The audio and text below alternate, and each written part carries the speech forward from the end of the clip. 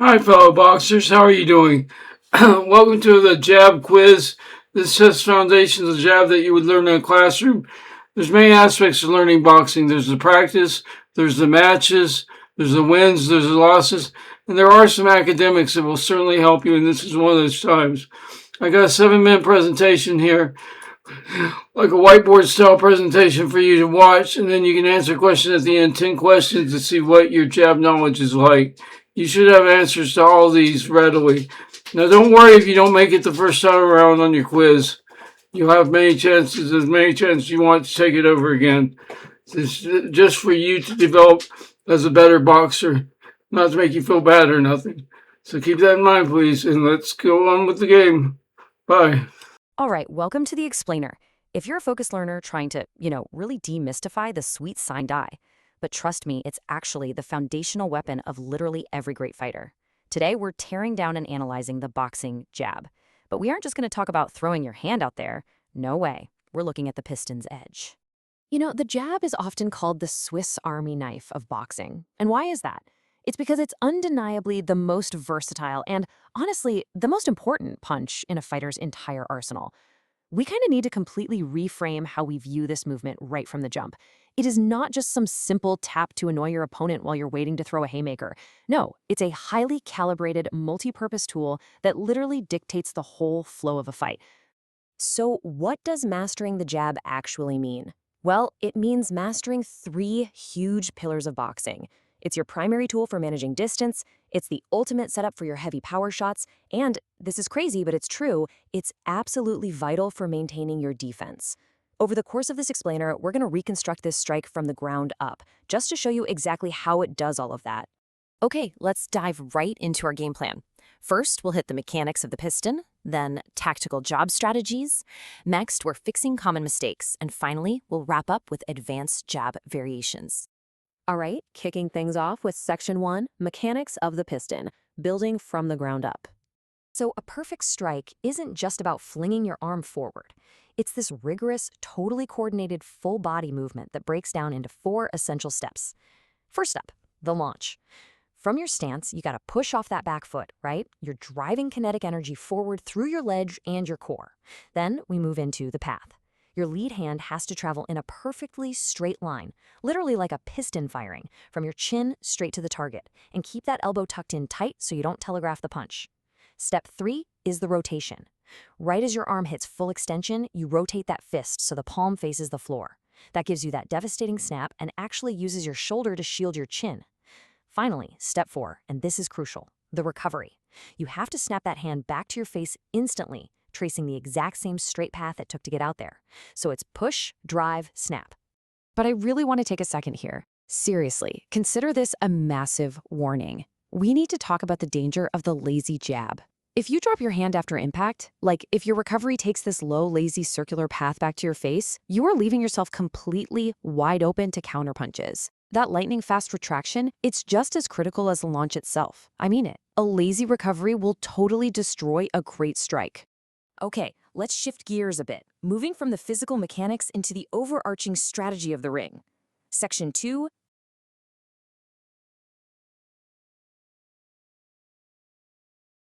mechanics into the overarching strategy of the ring.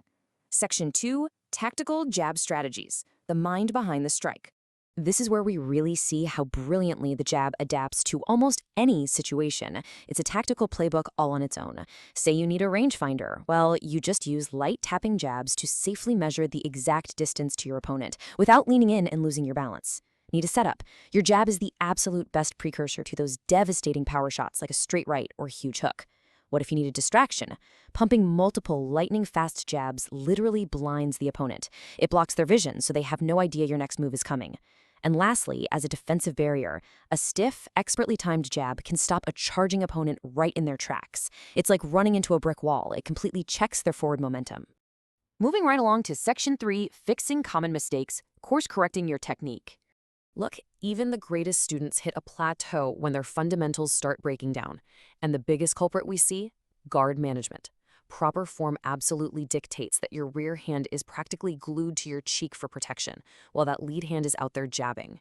It is so incredibly tempting to just let that backhand drop when you throw the strike.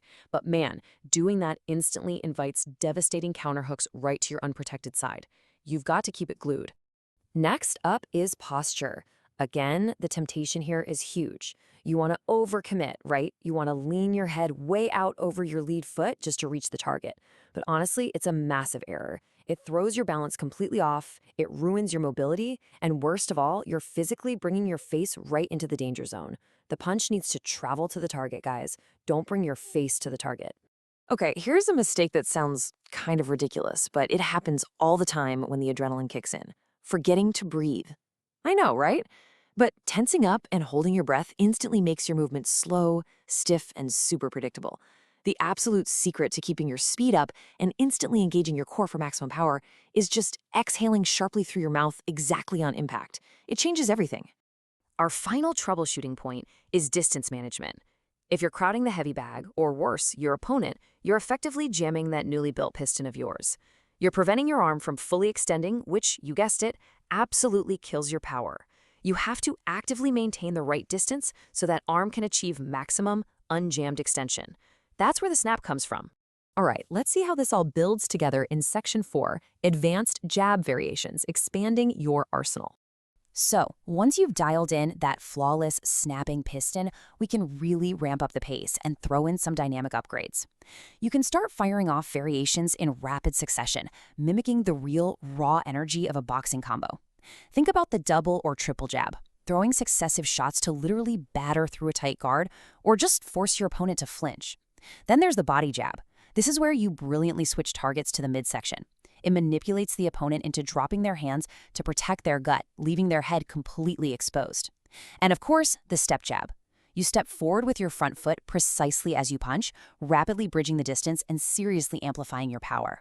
But I really want a beautiful combination of footwork and striking, and it unlocks this entirely new, totally unexpected angle of attack. Your opponent is sitting there bracing for a straight-on shot, and suddenly you've manipulated the space, hit them from the side, and now you are perfectly primed for a devastating follow-up attack. It's a real game changer. Wow, okay. We've covered the mechanics, the tactics, the troubleshooting, and some truly advanced variations. The source material we pulled from lays out exactly how to build this Swiss Army knife from scratch. Now that you've got all these actionable insights, I want to leave you with a thought. You've mastered the piston, so what's your next move? Take this structure, step into the gym, and start analyzing your own technique. Until next time, keep learning, keep focusing, and keep throwing that perfect jab. Questions. 1. Why is the jab commonly referred to as the Swiss Army knife of boxing?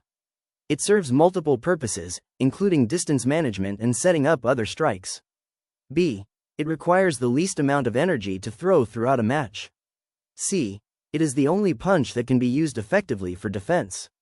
D. It is the most powerful punch in a fighter's repertoire. 2. According to the fundamental mechanics described, where does the energy for a jab originate? A. The wrist rotation. B. The core muscles. C. The ground and back foot. D. The lead shoulder. 3. What is the primary risk associated with telegraphing a jab by flaring the elbow? A. It causes the fist to land with less rotation. B. It strains the lead shoulder's ligaments. C. It reduces the speed of the punch. D. It alerts the opponent that a punch is coming. 4. Which mechanic is specifically responsible for adding snap to the jab while protecting the fighter's chin? A. The recovery snap. B. The back foot push. C. The piston path. D. The fist rotation. 5. How should a rangefinder jab be executed differently than a power setup jab? A. It should be thrown with a full step forward to test the opponent's reaction. B. It should be a tapping motion used to measure distance without overcommitting. C. It must be aimed at the chest instead of the chin. D. It should be thrown with the rear hand to keep the lead hand fresh. 6. What is the tactical danger of throwing a lazy jab? A. The opponent can easily counter-punch because the face is left open. B. The punch will lack the power needed to stop an opponent's charge. C. It prevents the fighter from throwing a follow-up hook.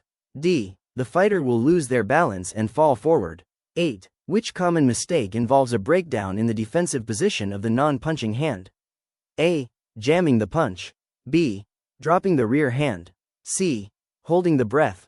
D. Leaning too far. 9. Why is it important for a boxer to exhale sharply through the mouth when a jab lands? A. To maintain speed, reduce tension, and engage the core. B. To increase the distance the punch can travel. C. To prevent the opponent from seeing the punch coming. D. To protect the ribs from a counter body shot. 10. Which advanced jab variation is specifically used to bridge the distance between you and a faraway opponent? A. The double jab. B. The body jab. C. The pivot jab. D. The step jab. 11. What is the primary strategic goal of the pivot jab? A. To stop an aggressive opponent from charging forward. B. To create a new angle for a follow-up attack. C. To force the opponent to drop their hands to their midsection. D. To hit the opponent with maximum power from the rear foot. Answers. 1. Why is the jab commonly referred to as the Swiss Army knife of boxing? A. It serves multiple purposes, including distance management and setting up other strikes. Right answer, skipped. The jab is defined by its versatility in controlling the fight's pace, range, and offensive opportunities. B. It requires the least amount of energy to throw throughout a match. Though it may be lighter than a power shot, its constant use means it consumes considerable energy over time. C. It is the only punch that can be used effectively for defense. Parries, blocks, and head movement are also primary defensive tools, though the jab can act as a barrier. D. It is the most powerful punch in a fighter's repertoire. Note 1. While significant, the jab is generally less powerful than crosses or hooks, which utilize more rotational body weight. Asterisk A. According to the fundamental mechanics described, where does the energy for a jab originate? A. The wrist rotation. Rotation adds, snap, and protection at the end of the punch but does not generate the initial forward drive. B. The core muscles. The core transfers energy between the lower and upper body, but the initial launch comes from the push-off. C. The ground and back foot. Right answer, skipped. Note 2. The source material emphasizes that a perfect jab is a full body movement starting from the ground up via the back foot. D. The lead shoulder. While the shoulder is involved in the final extension, it is not the primary source of the punch's driving energy. 3. What is the primary risk associated with telegraphing a jab by flaring the elbow? A. It causes the fist to land with less rotation. Rotation is a separate mechanic occurring at the point of impact and is not directly dictated by the elbow's starting position. B. It strains the lead shoulder's ligaments. While poor form can cause injury, the strategic disadvantage of telegraphing is the immediate concern for a student. C. It reduces the speed of the punch. While it might slightly affect aerodynamics, the main issue is the visibility of the intent to the opponent. D. It alerts the opponent that a punch is coming. Right answer, skipped. Keeping the elbow tucked ensures the punch travels in a straight line, making it much harder for the opponent to anticipate. 4. Which mechanic is specifically responsible for adding snap to the jab while protecting the fighter's chin? A. The recovery snap. Recovery is about returning the hand to the face to prevent counters, not the impact itself. B. The back foot push. This provides the forward energy for the launch rather than the impact dynamics or defensive coverage. C. The piston path. The path ensures efficiency and directness but doesn't specifically provide the snap or chin coverage mentioned. D. The fist rotation. 5. How should a rangefinder jab be executed differently than a power setup jab? A. It should be thrown with a full step forward to test the opponent's reaction. Stepping forward overcommits the fighter, which contradicts the purpose of a light rangefinder. B. It should be a tapping motion used to measure distance without overcommitting. Right answer, skipped. Rangefinding is about gathering information on distance rather than inflicting damage or forcing a major opening. C. It must be aimed at the chest instead of the chin. Targeting the midsection is a variation, body jab, but is not the defining characteristic of a rangefinder. D. It should be thrown with the rear hand to keep the lead hand fresh. The jab is by definition a lead hand strike. Using the rear hand would make it a cross. Answer, skipped. Rotating the palm to the floor at full extension creates the snap and raises the shoulder to guard the chin. 6. What is the tactical danger of throwing a lazy jab? A. The opponent can easily counter-punch because the face is left open. Right answer, skipped. Dropping the hand after impact instead of snapping it back creates an opening for the opponent to strike. B. The punch will lack the power needed to stop an opponent's charge. A lazy jab refers to the recovery phase. The power is determined by the launch and extension. C. It prevents the fighter from throwing a follow-up hook. While it might affect combinations, the primary danger emphasized is the lack of defensive protection. D. The fighter will lose their balance and fall forward. Balance issues are typically associated with leaning too far over the lead foot rather than the hand's recovery path. 8. Which common mistake involves a breakdown in the defensive position of the non-punching hand? A. Jamming the punch. Jamming occurs due to incorrect distance from the target, preventing full extension. B. Right answer. Dropping the rear hand. Students often let the rear hand fall from the cheek, leaving them vulnerable to counter hooks. C. Holding the breath. This mistake relates to muscle tension and predictability rather than hand placement. D. Leaning too far. Leaning relates to weight distribution and head position rather than the placement of the rear hand. 9. Why is it important for a boxer to exhale sharply through the mouth when a jab lands? A. Right answer. To maintain speed, reduce tension, and engage the core. Sharp exhalations prevent the slowing effect of tensing up and help stabilize the body during impact. B. To increase the distance the punch can travel. Reach is determined by arm length and footwork, not by the method of breathing. C. To prevent the opponent from seeing the punch coming. While holding breath makes movement predictable, exhaling is more about internal physiology and speed. D. To protect the ribs from a counter body shot. While core engagement helps, the primary benefit listed is related to movement speed and avoiding predictability. 10. Which advanced jab variation is specifically used to bridge the distance between you and a faraway opponent? A. The double jab. Successive jabs are used to break a guard, but the step jab is the variation defined by closing distance. B. The body jab. Changing the target to the midsection doesn't inherently bridge distance unless combined with a step. C. The pivot jab. Pivoting is used to change angles rather than to move forward toward a distant target. D. Right answer. The step jab. The step jab involves moving the front foot simultaneously with the strike to close the gap and increase momentum. 11. What is the primary strategic goal of the pivot jab? A. To stop an aggressive opponent from charging forward.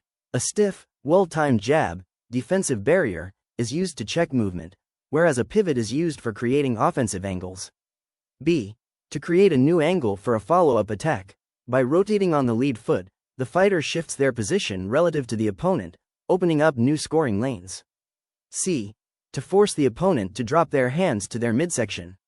This is the primary goal of a body jab, not a pivot jab. D. To hit the opponent with maximum power from the rear foot.